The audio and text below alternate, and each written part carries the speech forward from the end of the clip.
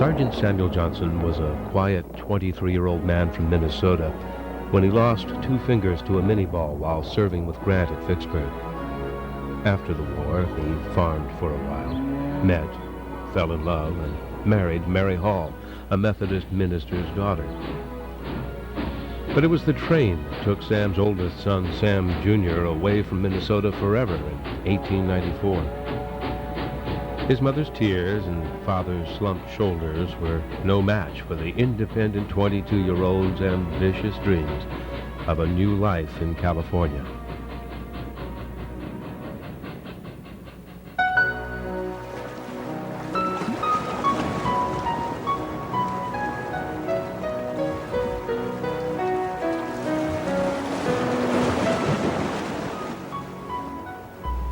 Sam Johnson Jr. had saved his money and was able to buy a small plot of land at Shell Beach, now Huntington Beach, where he grew sugar beets that he sold to the American Beet Sugar Company.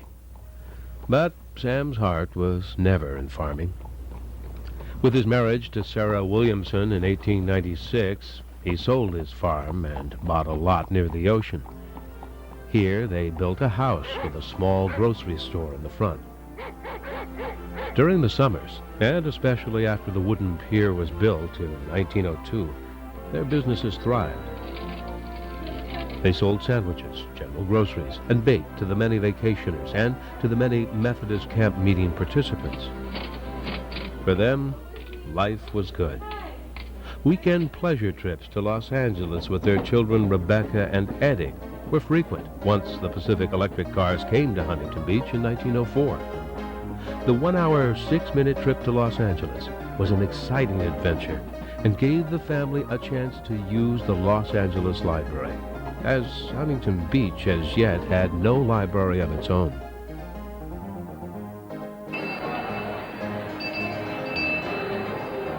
Stern Miss Christensen was the children's grammar school teacher, and the children excelled under her care. Rebecca eventually joined the debating team at the new high school that had been started in 1907. They called themselves the Pumpkins, and the colors were orange and black. With the children in schools and the family prospering, Sarah became more interested in improving the community. She joined the Huntington Beach Women's Club. By January 1909, the time was right. A mass meeting was called to establish a library for the soon-to-be incorporated city. Sarah, a member of the Women's Club's delegation to that meeting, suggested that a board be established to fund the new library. The motion carried. A constitution was discussed, and trustees of the Library Association Board began their weekly meetings. Mrs. Hartwell appointed to investigate the matter of buying an old restaurant building for the library. Mr. Everett reported that the vacant Hearn lot at Walnut and Main was the only one available. After discussion, the trustees agreed to buy the building for $150 and move it to the vacant lot. Alma Wilson, Secretary, Library Board. Immediately, the citizens began donating books and materials. Fundraisers were held at the Methodist Auditorium, and by July, the library was furnished and open for business. Mrs. Edith Brown was the city's first librarian, overseeing 338 volumes and 12 magazine subscriptions. In 1910, Samuel Johnson's father came from Minnesota to the convention of the Southern California Veterans of the Civil War held that year in Huntington Beach. It was the first and last time Sam's father would see his grandchildren. By 1911, the library was moved to a new location at Walnut and 3rd Street, and its third librarian, Bertha Proctor, was appointed at $35 a month. The city was growing, and the library was rapidly outgrowing its present building. Talk turned to the possibility of a Carnegie Library. February 1913. Responding to your communications on behalf of Huntington Beach, if the city agree by resolution of council to maintain a free public library and provides a suitable site for the building, Carnegie Corporation of New York will be glad to give $10,000 to erect a free public library for Huntington Beach. Very truly yours, Carnegie Corporation, James Bertram, Secretary. 4 lots were purchased at 8th and Walnut for $1,900 to serve the new library and its grounds. The library would face 8th Street. Plans were drawn, discussed, and redrawn to meet Carnegie requirements. The Los Angeles firm of Tuttle and Hopkins prepared the final drawings for the building, which were accepted by the Library Board and the Carnegie Corporation. Contractor W.B. Lambert of Long Beach began construction November 1913. The new building has a face of red tapestry brick trimmed with a light gray brick, a white mission tile roof, and is 61 by 35 feet. Well lighted by windows, the basement contains a large lecture room, reference room, workroom, and furnace room. The first floor contains a general reading room and librarian's room. The furnishings are steel and the floors are carpeted with battleship linoleum. Bertha Proctor, librarian. In the cornerstone were enclosed the names of all those who had helped obtain the library for the city. In addition, the names of each child in the schools were attached to small American flags and included with a brief history of the library's founding. The staff began to move in on May 6th of 1914. Now there were 2,800 books in the new library, and the pride of the community was unbounded. Donations and volunteers increased. Rebecca Johnson, with other City High School classmates, donated a grandfather clock to the new library. Motion made and carried that Mr. Brown be informed formally of our thankfulness for his gift of books. Motion made and carried that the high school be given our thanks for the lovely clock presented to the library by them. Mrs. Howard, Secretary. It was January 1916. And librarian Bertha Proctor now received $55 per month. The library had 3,156 books, either on the shelves or in the hands of over 1,300 contented patrons. It would be May before the reference room had a globe. The war in Europe was still far away. Sam Johnson was working at the Holly Sugar Factory, while wife Sarah and Eddie helped with the store. Rebecca was preparing to teach in Los Angeles and hoping one day to return to her home by the beach. 2 years later, the world had changed for everyone. The U.S. was now at war. A list of local soldiers and their overseas addresses were kept current at the library desk, along with a list of those who had fallen. Eddie Johnson had lied his way into the Army in December 1917. By October of the next year, just a month before the end of the war to end all wars, Eddie was shot and killed in France.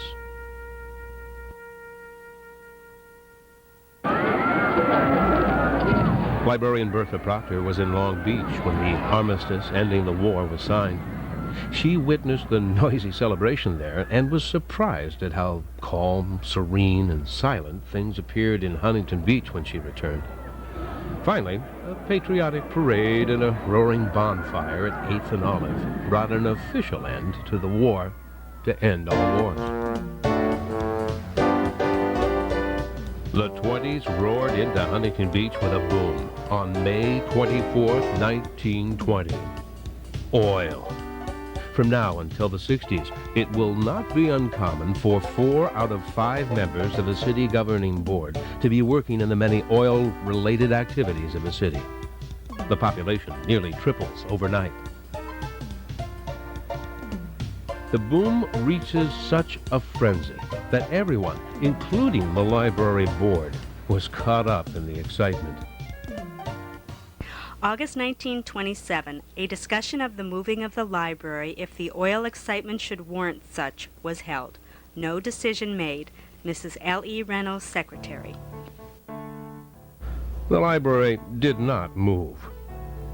Rebecca Johnson returned to her home in 1926 to teach English at the newly constructed high school. For a time, she lived with her parents, Sam and Sarah, who were now in the prosperous hotel business, providing lodging for oil workers and their families. It was a foreman for Standard Oil and a boarder, John White, who married Rebecca in 1929. In September of 1929, the library hired its first page, Margaret Clifton, or $15 a month. With the oil activity continuing strong, few could see any reason to worry about the stock market crash and what would soon be called the Great Depression. The library's first branch and reading room at 205 Main Street opened in this optimistic year. But by August 1931, declining tax receipts ultimately closed the branch and reading room down. It was decided that the secretary make out a new budget, as closing the branch will lessen the budget expenses of the library. Bertha Reynolds, July 8, 1931. The Depression worsened, and library budget cuts seemed to be a yearly experience. The library board considered salary cuts, but rejected it as not in the best interest of the library. It was the opinion that our employees are not paid as well as other libraries of like size. It was decided that it would be better to continue to pay the same salaries and revise the budget on other expenses. Special meeting, February 24th, 1932.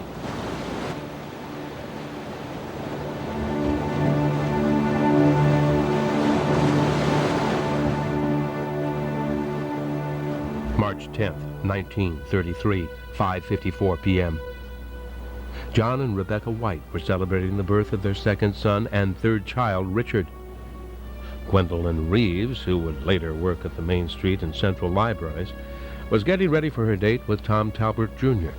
She and Tom would later marry. Virginia Lauer, who also would later work for the library, was with friends at the end of the pier.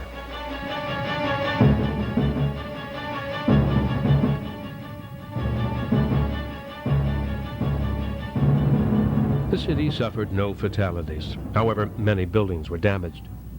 The fire and police departments would spend many weeks in the open, sleeping in tents. The metal cornice that edged the Carnegie Library's roof was damaged extensively and needed complete replacement.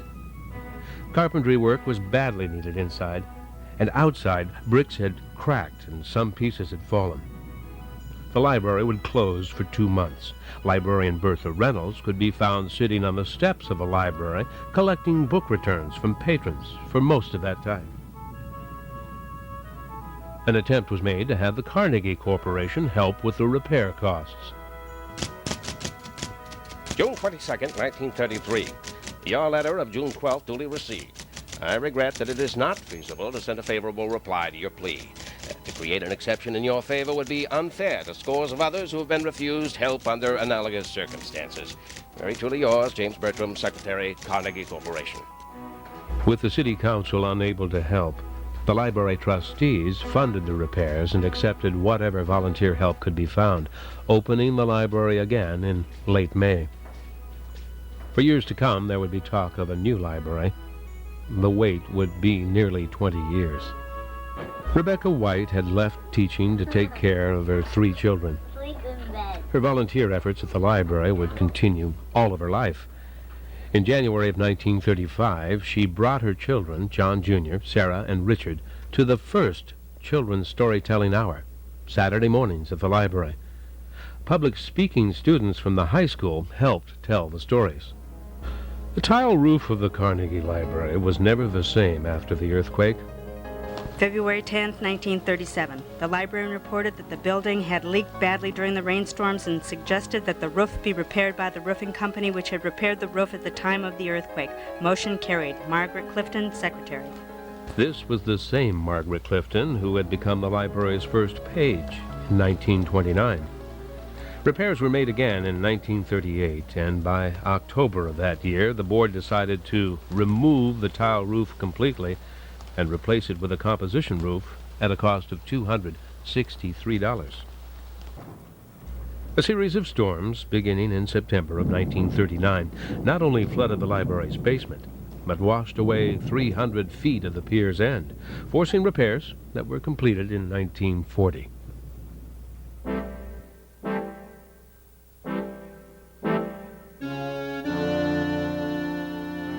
When the war came, Rebecca was silently glad that her children were too young and her husband too old to fight. The despair she felt with Brother Eddie's death those many years ago would never leave her.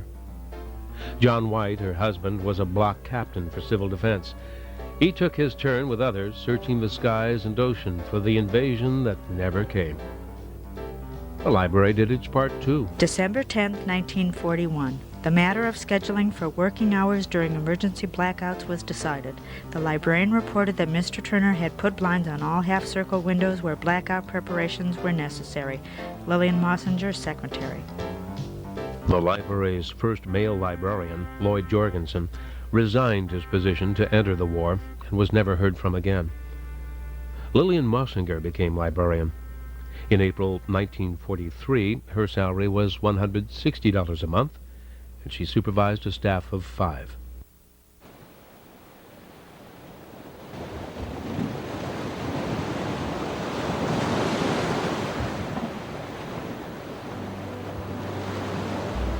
With the war over, talk turned again to a new library.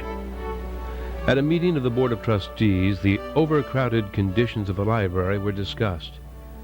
In 1914, the Carnegie Library housed 3,000 volumes, and by 1948 was bursting with over 31,000 volumes. Average monthly circulation had gone from 438 to 4,600. It was resolved to take the case for a new building to the City Council.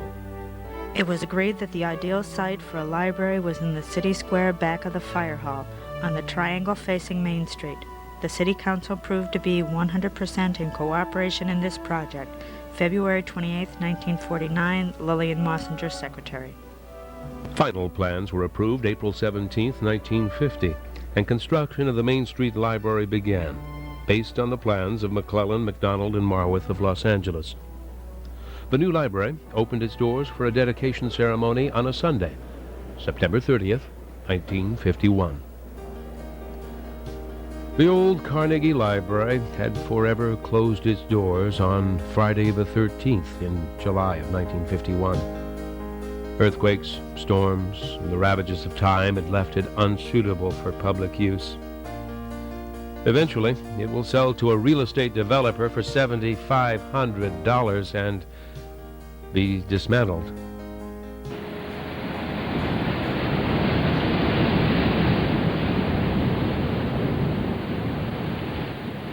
John Jr. was in Korea with the Air Force, and Rebecca worried every minute. She also worried about Richard, who was about to graduate from high school. Daughter Sarah was away at UCLA, planning to become the next teacher in the family.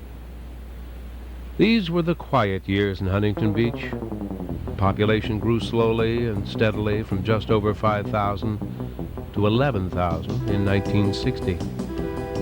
The surfing popularity swept across the United States, and the population explosion was about to begin in Surf City. Over the next decade, Huntington Beach became America's fastest-growing city, increasing population by 908%. It was apparent that a larger library was needed for the city's many new citizens. Library Director Walter Johnson created a new library planning program in 1967, along with creating the library's first branch since the 1930s reading room. The branch, created in July of 1967 at Graham, was followed in February 1969 by the Banning branch. Planning and fundraising for a new library continued for the next few years, and on October 28, 1972, ground was broken in the city's new Central Park. The architect for the project, Dion Neutra, traced his style and theory of architecture back through Dion's father Richard to Frank Lloyd Wright. Through stately windowed walls transparently enclosing the building, the park and the library were to be one. Water, fountains, stonework, and plants inside the library would be an extension of a lush 10-acre parkland site outside. We have, by all technical means at our disposal, allowed the park to penetrate and flow through the new library structure with the greatest possible contact with nature. Dion Neutra, 1975. Once the new library opened its doors in 1975, the library on Main Street became the city's third branch library. Rebecca died before the new library opened. following her husband John, who had passed away 10 years earlier. John Jr., now 45, returned from his home in Washington, D.C. to attend the funeral. John was working for an Orange County congressman. Sister Sarah had become the teacher that she'd always wanted to be. She taught English at Huntington Beach High, just as her mother had done nearly 50 years before. And youngest son Richard worked as an engineer at McDonnell Douglas. He and Sister Sarah were active members of the Friends of the Library, carrying on that family tradition established by grandmother Sarah back at the library's beginning in 1909.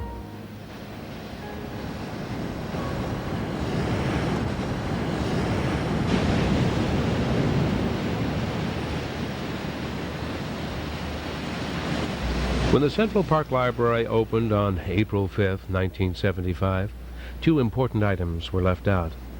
Original plans had called for a separate children's wing and a performance theater. Budgetary concerns placed their construction on the back shelf, and there they remained until the mid-1980s, when talks began anew concerning how to build a library expansion containing a children's wing and a theater. Library Director Ron Hayden spearheaded a 7-year drive that saw hope for the project apparently end forever at least 3 times.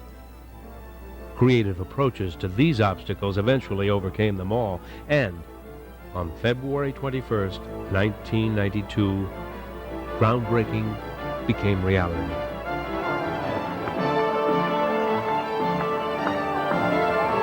Yes, finally, here. Thank you for coming. Let's go.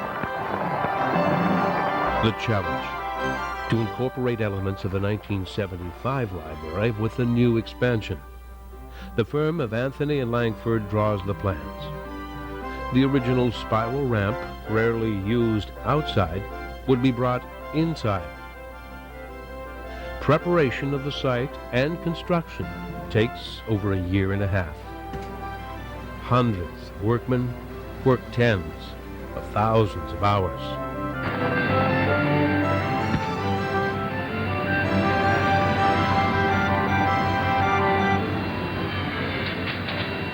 When the library expansion is completed, on the January 8, 1994 opening, the city has one of the largest children's libraries west of the Mississippi, a 350-plus seat theater, 5 new meeting rooms, the world's first book conveyor check-in system, and finally, room to park over 700 vehicles.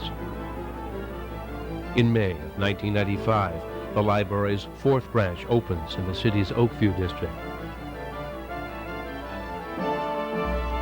Sarah and Richard are proud. What began nearly 100 years ago in the hands of devoted and caring citizens, nurtured through the years by the love of countless others, continues to flourish, to evolve, to meet and exceed the public's expectations, to provide the information, present the cultural diversity, past and present, of the world, and in particular of the city, to be the depository of mankind's knowledge for all time to come, simply to be a library.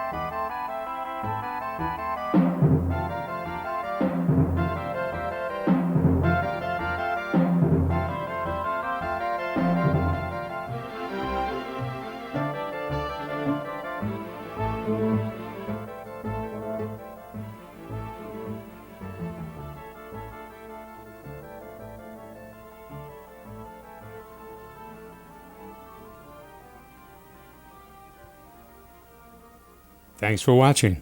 Hey, we'll see you real soon with something brand new. Now don't forget to subscribe and maybe give us a thumbs up. Have a great day and an even better tomorrow.